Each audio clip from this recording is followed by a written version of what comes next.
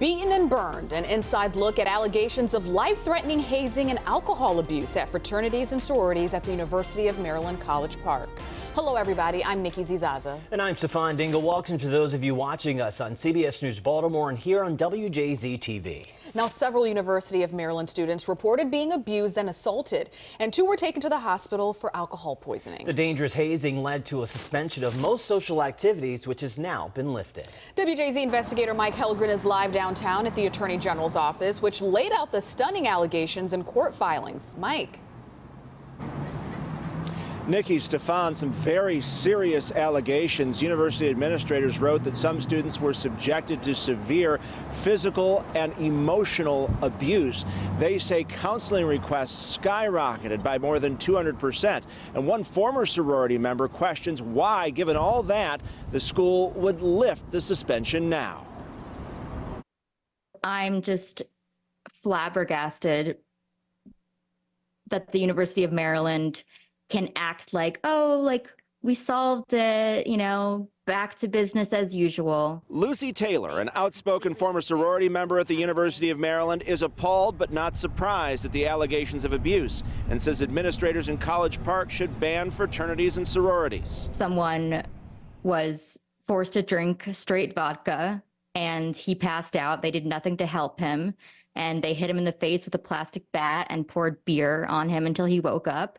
In this instance, he could have died. That's just one of the allegations the Maryland Attorney General's office laid out in court documents WJZ obtained.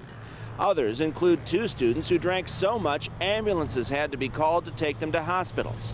Students spit on, burned with torches and cigarettes, forced to lay on nails, eat live fish, drink urine, endure beatings with paddles, and sustain physical assaults for hours while nude for public humiliation.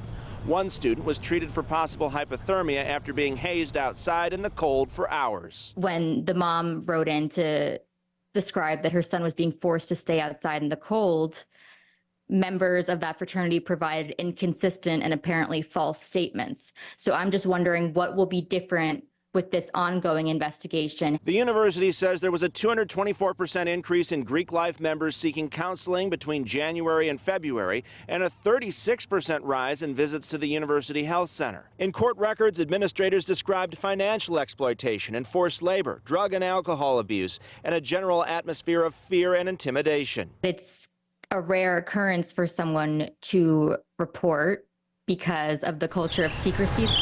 These allegations first came to light because of a lawsuit the fraternities filed saying students' rights were being violated.